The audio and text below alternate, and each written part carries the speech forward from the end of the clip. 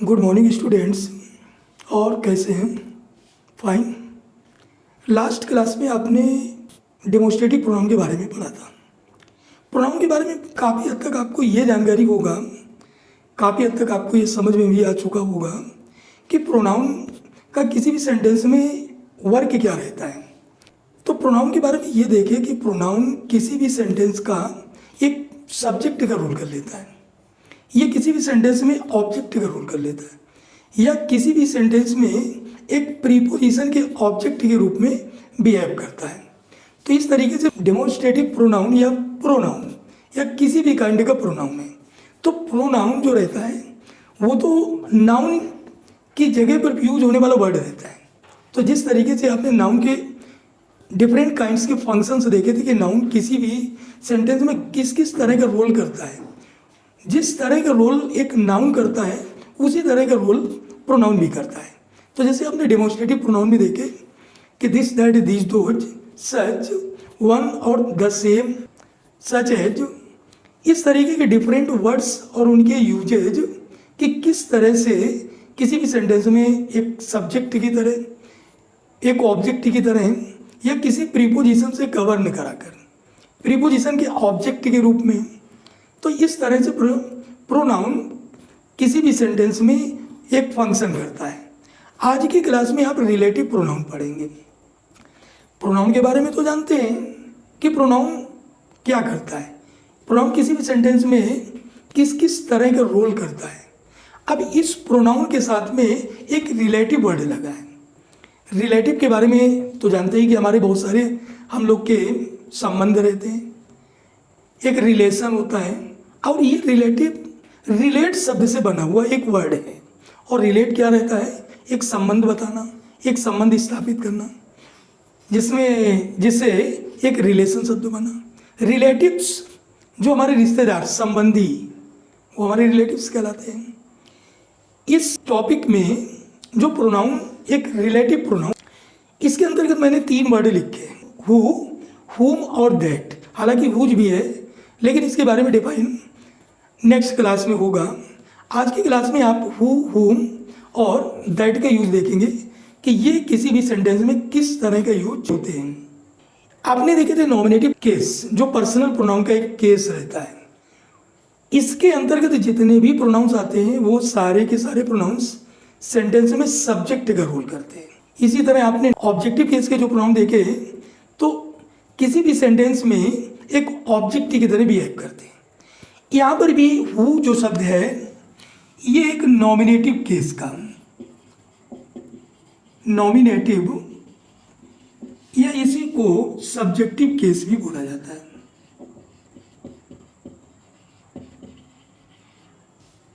Subjective case भी बोला जाता है। तो किसी भी सेंटेंस के फॉर्मेशन में ये उस सेंटेंस के सब्जेक्ट की तरह बिहेव करता है, उस सेंटेंस का एक सब्जेक्ट की तरह ये हु काम करता है।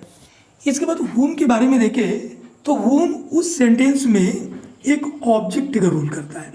इसका मीन है कि ये ऑब्जेक्टिव केस में से, जैसे आपने आई देखा तो आई तो एक सब्जेक्टिव केस है, इसका जो ऑब्जेक्टिव केस रहता है वो मी रहता है। तो इसी तरह हु जब एक सब्जेक्टिव केस की तरह बिहेव करेगा तो हुम एक ऑब्जेक्टिव केस की तरह करेगा। ये दोनों के दोनों वर्ड ये पर्सन के लिए यूज में आते हैं। बेसिकली इनका यूज पर्सन के लिए करते हैं, एक सब्जेक्टिव केस में पर्सन के लिए। द सेम हुम ये भी पर्सन के लिए यूज में आता है, और ऑब्जेक्ट की भांति हुम को यूज किया जाता है। दैट ये पर्सन के लिए भी और थिंग के लिए, जो नॉन लिविंग थिंग्स हैं इनके लिए भी यूज होता है। तो यहाँ पर मैंने ये देखा कि हु का यूज किसी भी सेंटेंस के फॉर्मेशन में एक सब्जेक्ट के रूप में कराता हूँ। हुम का यूज जो करता हूँ वो किसी भी सेंटेंस में एक वर्ब के ऑब्जेक्ट के रूप में। वहीं पर दैट का यूज जो करूँगा वो सेंटेंस में पर्सन के लिए दोनों यूज में आते हैं। हु का भी यूज में पर्सन के लिए, लेकिन नॉमिनेटिव केस में। हुम का यूज भी मैं पर्सन के लिए और ऑब्जेक्टिव केस में। वहीं पर दैट का यूज पर्सन और थिंग दोनों के लिए करते हैं। ये दैट जो रहता है ये ऑब्जेक्टिव और सब्जेक्टिव दोनों तरह का ये रोल कर लेता है, पर्सन के लिए और थिंग के लिए।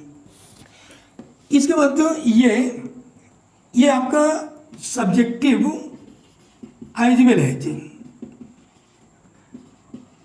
सब्जेक्टिव एंड ऑब्जेक्टिव, ये दोनों तरह से रोल करता है। एक चीज़ आपने और जब पर्सनल प्रोनाउन पढ़ा था तो पर्सनल प्रोनाउन में ये देखे थे कि जो भी सब्जेक्ट के रूप में उसको सेलेक्ट करते हैं, तो जो भी हेल्पिंग वर्ब ली जाती है वो हेल्पिंग वर्ब भी उस सब्जेक्ट के नंबर, उस सब्जेक्ट के पर्सन, उसके बाद में जो भी ऑब्जेक्ट बनाते हैं उसका, या जो भी अदर्स जो पोजीशन ओवर रहते हैं, तो वो उस सब्जेक्ट के नंबर, पर्सन, यानी वो मास्कुलिन का है कि फेमिनिन का है, यानी हर चीज़ को देखा जाता है और उस सारी चीज़ों को देखकर उसके अकॉर्डिंग ही हम हेल्पिंग वर्ब, उसके अकॉर्डिंग ही उसका जो भी प्रोनाउन सेलेक्ट करेंगे वो ऑब्जेक्टिव का होगा कि वो पॉसेसिव का होगा। तो ये चीज़ तो मैं जो पर्सनल प्रोनाउन के जो नॉमिनेटिव या पॉसेसिव या सब्जेक्टिव का यूज किया था, इस वाले केस में क्या, जो रिलेटिव प्रोनाउन में ये 3 वर्ड हु, हुम, दैट, इनका यूज इनमें रहता क्या है कि जो जिसके साथ ये रिलेशन शो करते हैं वो रिलेशन शो करने वाले वर्ड या तो नाउन होगा या नाउन इक्विवेलेंट वर्ड होगा। इक्विवेलेंट वर्ड, नाउन का इक्विवेलेंट वर्ड प्रोनाउन रहता है, या तो हु, हुम, दैट इसके पहले, जस्ट बिफोर, जिसके बारे में ये प्रोनाउन बताने के लिए प्रयोग में लाया जा रहा है, तो वो जो इसके पहले रखा जाता है वो या तो नाउन होगा या प्रोनाउन होगा, जिसकी क्वालिटी या जिसके बारे में डिफाइन करेगा या जिसको रिलेट करता है, तो वो या तो नाउन या नाउन इक्विवेलेंट वर्ड। और ये दोनों प्लेस्ड कहाँ पर होते हैं, ये दोनों के दोनों इन्हीं जो रिलेटिव प्रोनाउंस हैं। अगर मैंने वो को सेलेक्ट किया तो वो से पहले, या मैंने वूम को सेलेक्ट किया तो वूम से पहले, या मैंने दैट को सेलेक्ट किया तो दैट से पहले। तो जो वर्ड नाउन या प्रोनाउन के रूप में आकर अगर हु या दैट इसके पहले प्लेस कराते हैं तो वो वर्ड एंटीसीडेंट कहलाते हैं। और एंटीसीडेंट ये पूर्ववर्ती, यानी उसके ठीक पहले आने वाला वर्ड रहता है। अब एंटीसीडेंट जिसके बारे में ये रिलेटिव प्रोनाउन डिफाइन करेंगे।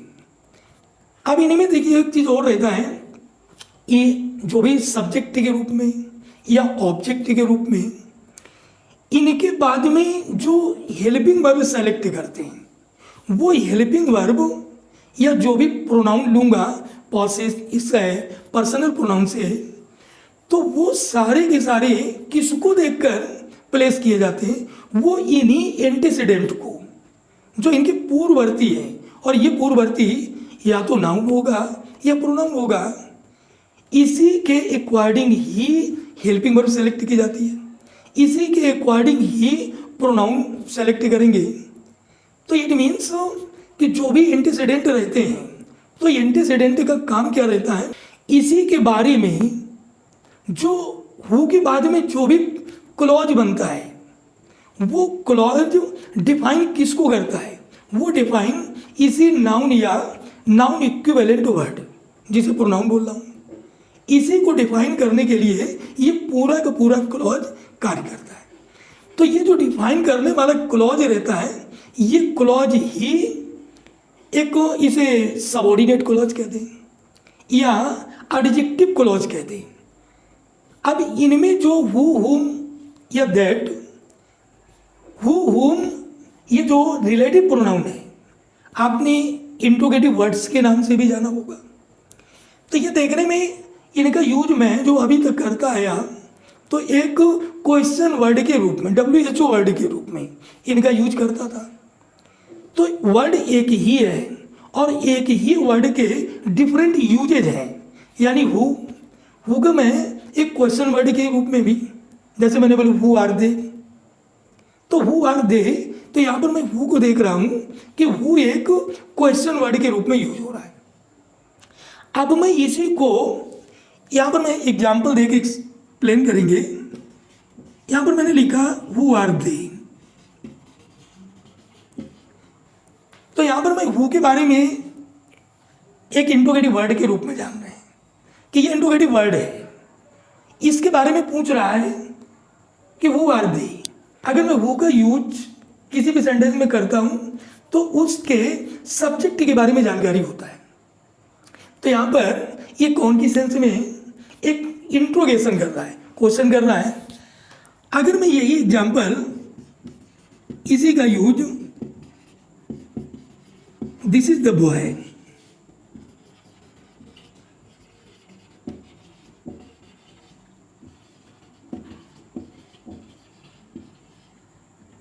यहाँ पर मैं लास्ट में फुल स्टॉप लगाया, यहाँ पर देख रहा हूँ कि लास्ट में मैंने क्वेश्चन मार्क लगाया। यहाँ पर जब आपने ट्रांसलेट करना सीखा होगा तो किसी भी इंट्रोगेटिव सेंटेंस का ट्रांसलेट पहले इंट्रोगेटिव वर्ड लेते हैं, इसके बाद हेल्पिंग वर्ब, इसके बाद सब्जेक्ट, इसके बाद मैन वर्ब। इस तरह से इसका एक ट्रांसलेट करने का वे रहता है। यहाँ पर मैं देखता हूँ कि हु लगा है, हु के बाद में ये मैन वर्ब है, और अगर हु के बाद में मेन वर्ब है तो इसका मीन क्या है कि ये एक सब्जेक्ट की तरह बिहेव कर रहा होगा। क्योंकि अफर्मेटिव सेंटेंस का ट्रांसलेट जो हमको सिखाया गया तो उसका सिस्टम क्या था, उसका सिस्टम ये था कि पहले सब्जेक्ट आता है, इसके बाद हेल्पिंग वर्ब आती है, इसके बाद मैन वर्ब आता है, इसके बाद ऑब्जेक्ट आता है, इसके बाद अदर्स आते हैं। ये क्रम रहता है।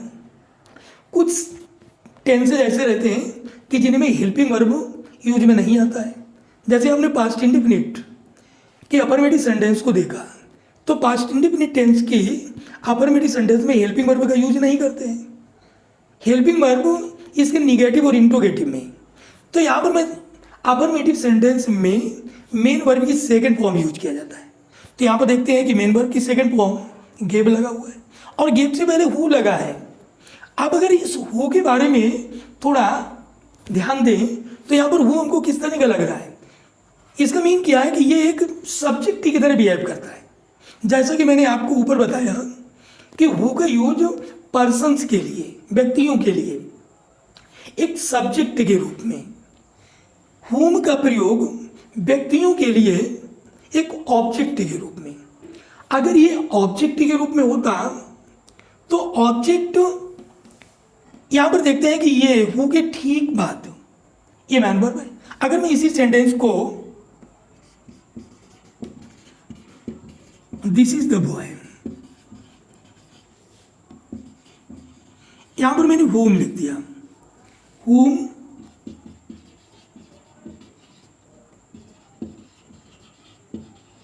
यहां पर मैंने इस तरह से दिया। पहले मैंने दिया कि हु आर दे, तो यहां पर मैं हु के बारे में देख रहा हूं कि हु एक क्वेश्चन कर रहा है, लास्ट में क्वेश्चन मार्क लगा हुआ है। इन दोनों सेंटेंसेस के एंड में मैं देख रहा हूं कि फुल स्टॉप लगा है। एक में मैंने this is the boy, this is the boy, totally same, but these two word are different. यहां पर मैंने हु लगाया, यहां पर मैंने हुम लगाया। यहां पर मी आई का ऑब्जेक्टिव केस, यहां पर आई मी का सब्जेक्टिव केस। अब इन दोनों का मीन देखेंगे तो यहां पर मैंने जो हु का यूज किया तो ये एक सब्जेक्ट के रूप में, जैसा कि मैंने अभी बताया कि किसी भी सेंटेंस के, किसी भी अफर्मेटिव सेंटेंस के ट्रांसलेट में पहले सब्जेक्ट लिखते हैं, फिर हेल्पिंग वर्ब लिखते हैं, फिर मैन वर्ब लिखते हैं, फिर ऑब्जेक्ट लिखते हैं, फिर अदर्स लिखते हैं। यानी कि ये सीक्वेंस रहता है। इस सीक्वेंस में हम सारे वर्ड्स को सेलेक्ट करते हैं और सिस्टम में डाल देते हैं। तो इस तरह से हमको उस सेंटेंस का ट्रांसलेट तो हमको मिल जाता है। तो यहाँ पर अगर मैं इसको सब्जेक्ट, जैसा कि मैंने आपको बताया कि हु एक इंट्रोगेटिव, हु एक रिलेटिव प्रोनाउन। अब रिलेटिव प्रोनाउन का एक वर्ग और रहता है। एक तो जो ये इंट्रोगेटिव वर्ड्स हैं, ये इंट्रोगेटिव वर्ड्स क्वेश्चन करने में यूज होते हैं। इन इंट्रोगेटिव वर्ड्स को एक कंजंक्शन के रूप में भी यूज करते हैं। तो यहाँ पर जो हु और हुम एक कंजंक्शन, एक प्रोनाउन कनेक्टर यानी जो दो वाक्यों को जोड़ने का काम करता है। तो यहाँ पर ये क्या है, ये एक सेंटेंस ये हुआ है, एक सेंटेंस ये हुआ, और ये वर्ड एक कनेक्टर की भांति रोल कर रहे हैं। तो रिलेटिव प्रोनाउन एक कनेक्टर का भी काम करता है। इन प्रोनाउंस जिनको मैंने रिलेटिव प्रोनाउन बोला, इन रिलेटिव प्रोनाउन से लेकर के जितना भी पार्ट है, ये यहाँ से मैं देख रहा हूँ कि who gave me his book, इतना ये टोटल पार्ट, यहाँ से हुम से लेकर के ये टोटल पार्ट एक सबऑर्डिनेट क्लॉज है। इस सबऑर्डिनेट क्लॉज को एडजेक्टिव क्लॉज भी कहा जाता है। एडजेक्टिव के बारे में आप जानते होंगे कि एडजेक्टिव का वर्क क्या रहता है। एडजेक्टिव नाउन या प्रोनाउन की क्वालिटी को क्वालिफाई करता है। यहाँ पर अगर ये पूरा का पूरा क्लॉज, ये पूरा का पूरा क्लॉज ये काम क्या कर रहा है, ये पूरा का पूरा क्लॉज अपने ठीक पहले आए नाउन या प्रोनाउन, जिसे एंटीस्टेंट बोला जाता है, इस एंटीस्टेंट को डिफाइन करता है। ये पूरा का पूरा जो एडजेक्टिव क्लॉज है, whom I gave a book, ये पूरा क्लॉज जो एडजेक्टिव क्लॉज के नाम से जाना जाता है, जो एक सबऑर्डिनेट क्लॉज के नाम से जाना जाता है, ये पूरा का पूरा क्लॉज इस एंटीस्टेंट को डिफाइन करता है, इसकी क्वालिटी को बताता है, इसके बारे में बताता है। दूसरी चीज, ये कनेक्टर का भी काम करता है। कनेक्टर का मीन एक कंजंक्शन, जोड़ने वाला, जो दो वाक्यों को जोड़ने का काम करता है।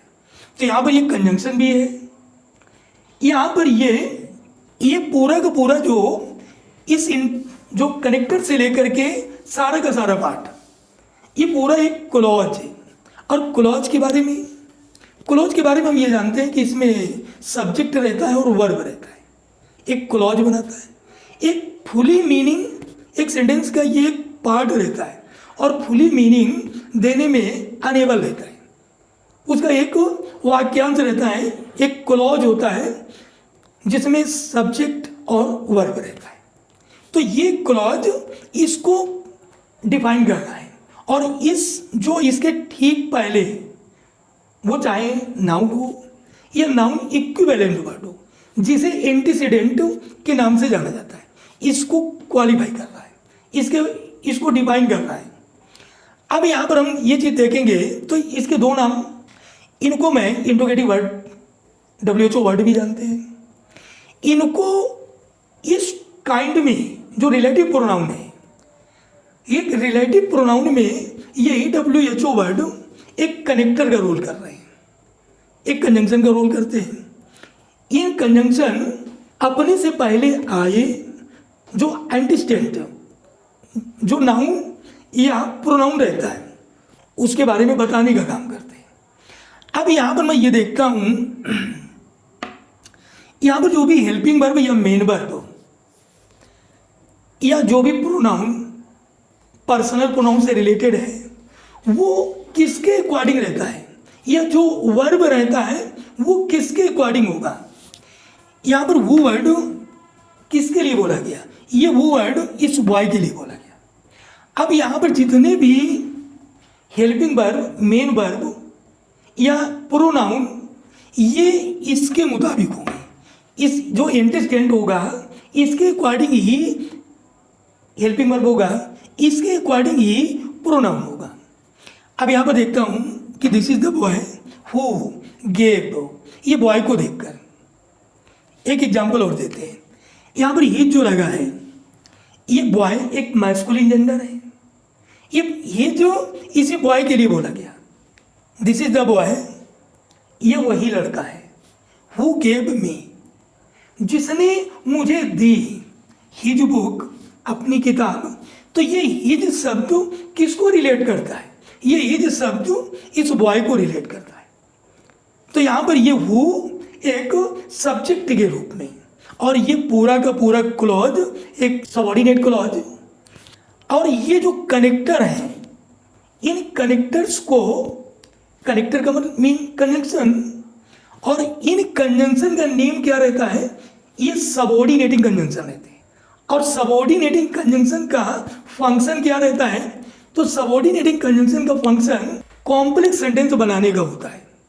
तो ये जो रिलेटिव प्रोनाउंस हैं इनका यूज करके हम कॉम्प्लेक्स सेंटेंस बनाते हैं, जो आप आगे पढ़ेंगे। फिलहाल इतना आप इसमें देख लीजिएगा कि यही हु हुम इंट्रोगेटिव वर्ड के रूप में यूज होते हैं, यही हु और हुम रिलेटिव प्रोनाउन के रूप में कार्य करते हैं। ये जब रिलेटिव प्रोनाउन के रूप में कार्य करते हैं तो ऐसी स्थिति में क्या रहता है कि इनके पहले जो नाउन या प्रोनाउन रहता है, जिन्हें एंटीसीडेंट कहते हैं, उसकी क्वालिटी या उसको डिफाइन करने का काम करते हैं। तो इस तरह से ये कनेक्टर हो गए और ये पूरा का पूरा क्लॉज ये सबऑर्डिनेट क्लॉज, और इन्हीं कनेक्टर्स को सबऑर्डिनेटिंग कंजंक्शन के नाम से भी जानेंगे। तो अगर आपसे इनके बारे में एनालाइज कराया जाता है कि इनके नेम अलग अलग बताएं कि इनको वर्ड एक ही है और एक ही वर्ड के कई सारे रूल, कि इनको मैं इंट्रोगेटिव वर्ड के नाम से भी जानता हूँ। इनको अगर इस प्रोनाउन का एक काइंड में लेते हैं तो इस प्रोनाउन की काइंड को देखकर इन्हें रिलेटिव प्रोनाउन कहेंगे। अब इनके बाद में जो भी हेल्पिंग वर्ब या जो भी प्रोनाउन जो हमारा पर्सनल प्रोनाउन से रिलेटेड होगा, वो प्रोनाउन इस इंटेक्टेंट के अकॉर्डिंग होता है। जैसे मैं एक एग्जांपल और देंगे।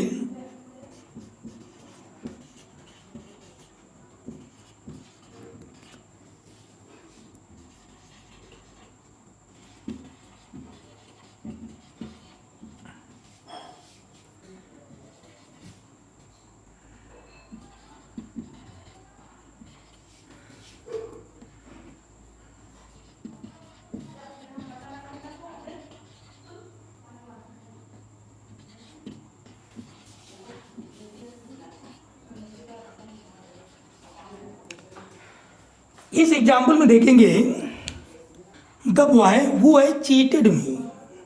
अब यहाँ पर मैंने हैज लगाया। अब यहाँ पर हैज लगाने का मीन क्या था? अब हैज जो यहाँ पर हु से इसके नंबर के बारे में तो नहीं कह सकते हैं कि हमारा सिंगुलर नंबर का होगा, क्योंकि जो भी हेल्पिंग वर्ब सेलेक्ट की जाती है, जो भी प्रोनाउन सेलेक्ट करते हैं, वो सब्जेक्ट के नंबर को देखकर, सब्जेक्ट के जेंडर को देखकर, ये सारी चीज़ें देखकर अगर मैं इसको इस तरीके से नहीं देखता हूँ तो जो भी हमारा फॉर्म सेंटेंस होगा वो हमारा रॉन्ग हो जाएगा। यहाँ पर अगर आपसे सवाल किया जाता है कि हैज ले लिया गया, तो हैज लेने का भी एक रीज़न रहा होगा कि हैज क्यों लिया गया।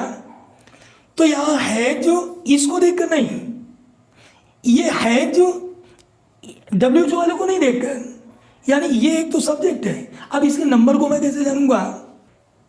क्योंकि जो भी हेल्पिंग वर्ब लेता हूँ या जो भी प्रोनाउन लिया जाता है वो हेल्पिंग वर्ब और प्रोनाउन किसके अकॉर्डिंग ली जाती है?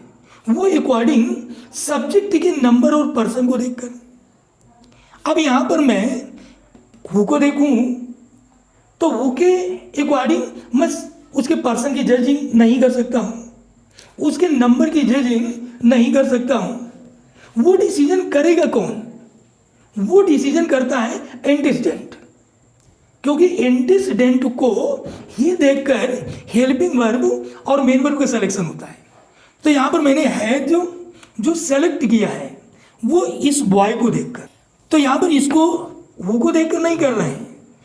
ये जो बॉय है जो इस हु से पहले आने वाला वर्ड था, अब ये वर्ड ही जैसे एंटीसीडेंट को बोला गया, इस एंटीसीडेंट को देखकर अब यहाँ पर देख रहा हूँ कि बॉय एक मास्कुलिन जेंडर है।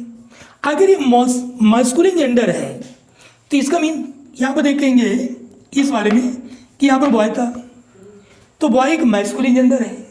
इसीलिए यहाँ पर हिज लिया गया कि मास्कुलिन जेंडर के लिए ही लेता हूँ, वहीं पर फेमिनिन जेंडर के लिए सी लेता हूँ। अगर उसका पोजीशन सोवर रहता है तो सी का हर होता है, ही का हीज होता है।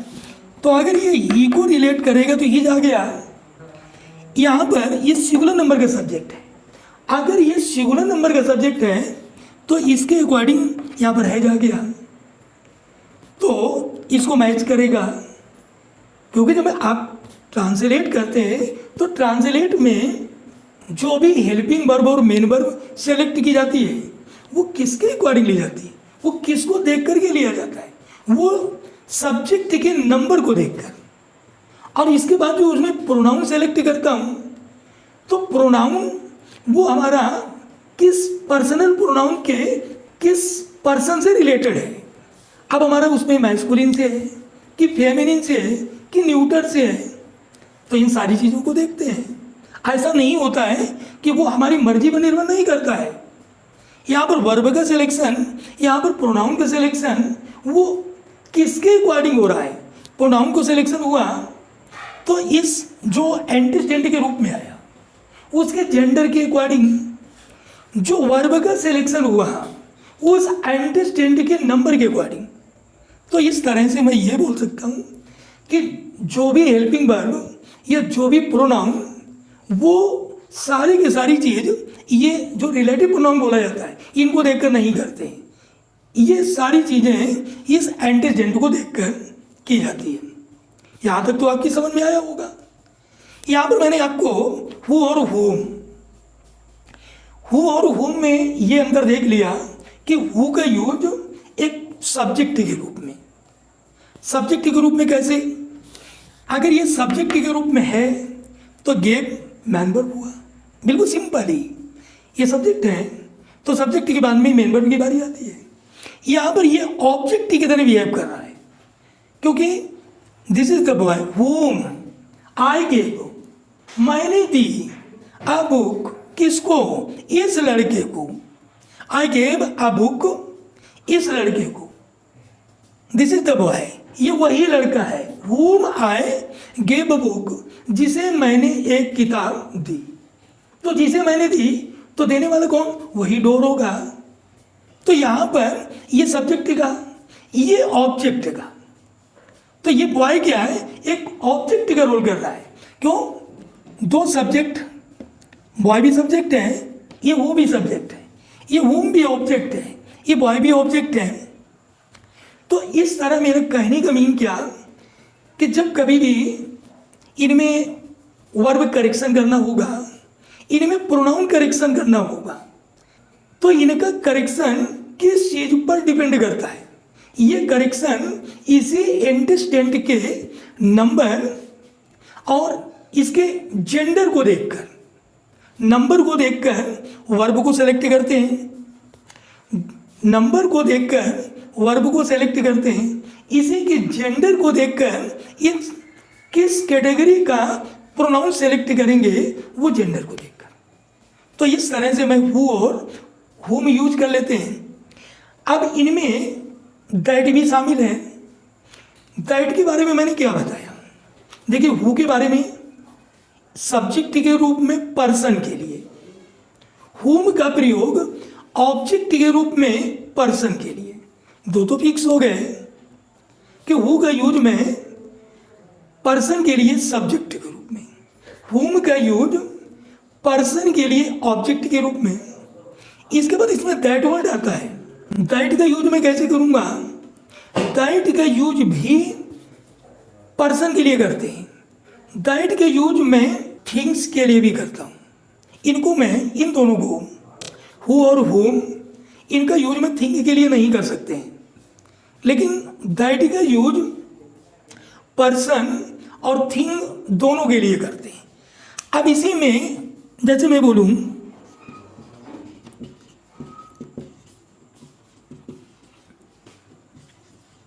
This is the girl,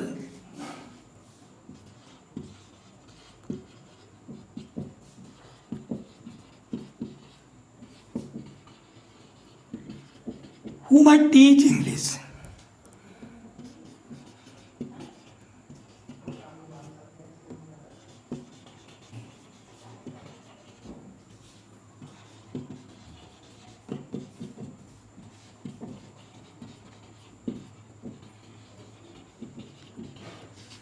Teach English.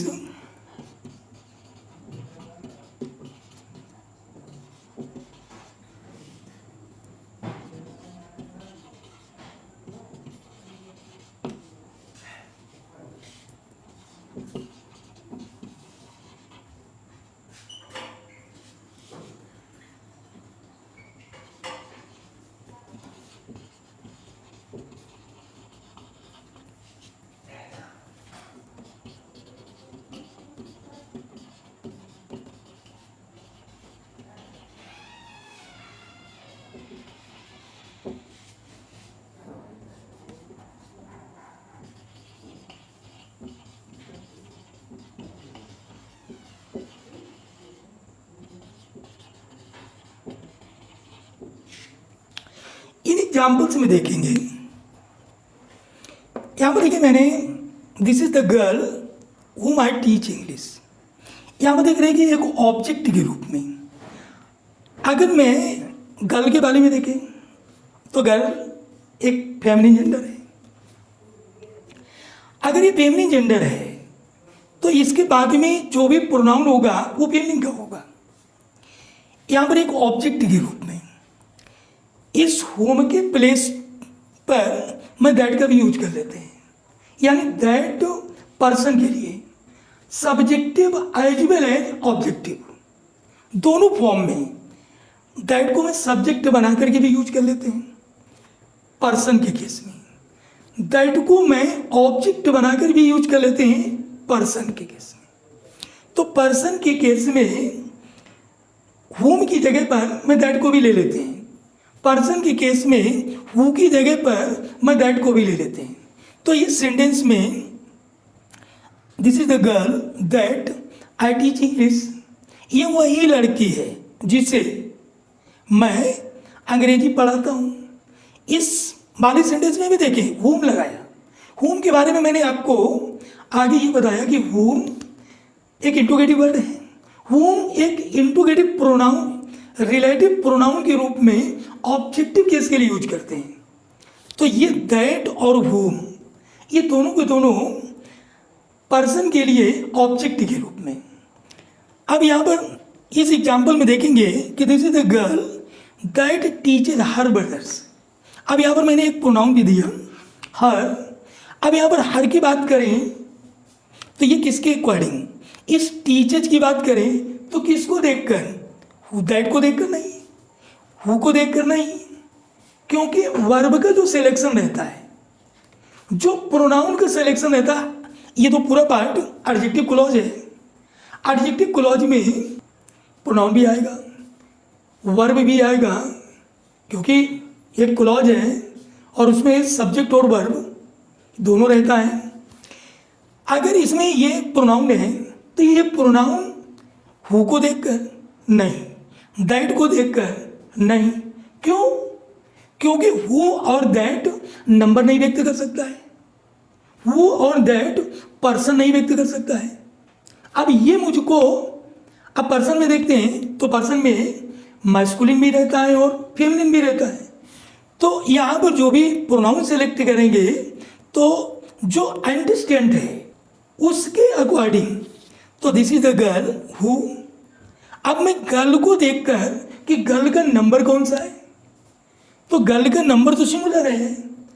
अब यस या ईएस पर नजर डालें, थोड़ा टेंस में बैक होकर के जाएं, तो यस या ईएस एड किस टेंस में की जाती थी, वो आपने पढ़ा था कि प्रेजेंट इंडेफिनिट में रहता है। आज जब उसका अफर्मेटिव केस का उसका जो सब्जेक्ट रहता है सिंगुलर नंबर का रहता है, तब ऐसी स्थिति में इसकी मैनवर की फर्स्ट फॉर्म में यस या ईएस जोड़ देते हैं। तो यहाँ पर यस या ईएस जो जोड़ा गया तो वो किसको देखकर, वो इस गर्ल को देखकर। तो गर्ल को देखकर टीचर्स कर दिया, इस गर्ल को देखकर हर किया, क्योंकि गर्ल एक फेमिनिन जेंडर को रिलेट करता है। इसी दैट को आपने देखा कि पर्सन के लिए भी यूज करते हैं। दैट का यूज मैं थिंग्स के लिए भी करता हूँ, जैसे आगे विच पढ़ेंगे। फिलहाल इस टॉपिक में विच शामिल नहीं है, या हमारी नेक्स्ट क्लास में देखेंगे। यहाँ पर दैट का यूज थिंग के लिए भी, the chair that is red is mine. अब यहाँ पर मैं इस हेल्पिंग वर्ब को देखूँ तो मेन क्या है कि इसका देयर इज बिग इम्पोर्टेंस आपको relative pronoun when you are going to improve your English. तो on that state you have to take a big care of relative pronouns, in which condition these pronouns are used, you have to take attention. अब यहाँ पर मैं ये देखता हूँ कि chair एक नॉन लिविंग, यहाँ पर मैं इज लगाया, इसके बारे में मैंने आपको बार बार यही बता रहा हूँ कि जो भी वर्ब या जो भी प्रोनाउन वो इस रिलेटिव प्रोनाउन को देख करके नहीं करते हैं, उसके अकॉर्डिंग नहीं लगाया जाता है। वो लगाया किसको देख के जाता है, इसके एंटेस्टेंट को, कि एंटेस्टेंट ये किस नंबर का है, एंटेस्टेंट किस पर्सन का है। और उसके अकॉर्डिंग ही इन बातों को सेलेक्ट करते हैं। अब इसके जो डिफरेंट यूजेज आप देखेंगे, यहाँ पर आपने इतना देख लिया है। अब इस इन्हीं हु, हुम और दैट का और किन किन स्थितियों में यूज करते हैं। हु को मैं और कैसे यूज करूँगा? हु को मैं इंडिफिनिट प्रोनाउन के साथ भी करता हूँ। हु का यूज हमारे जो डिस्ट्रीब्यूटिव प्रोनाउन थे इनको देख भी करता हूँ। और इनके जो हमारे नेक्स्ट क्लास होगा उस क्लास में इनके कुछ डिफरेंट यूजेज बताएंगे। इस क्लास के लिए आप इतना ही देखिएगा, और जो इसके डिफरेंट यूज होंगे वो आप हमारी नेक्स्ट क्लास में देखेंगे। और जो भी इससे रिलेटेड अगर कोई क्वेरी आपके माइंड में आता है तो वो क्वेरी आप कमेंट करके पूछेंगे। इससे नोटिफिकेशन भी मिलेगा, सब्सक्राइब करते जाएंगे तो नोटिफिकेशन हमारे जो नेक्स्ट क्लासेज होंगे उससे रिलेटेड जो वीडियोज होंगे वो आपको मिलते जाएंगे। और जो भी प्रॉब्लम्स आती है तो हमको और सलाह करते जाइए, तो मैं आपको और बेहतर तरीके से समझाने का प्रयास करेंगे। Okay boys.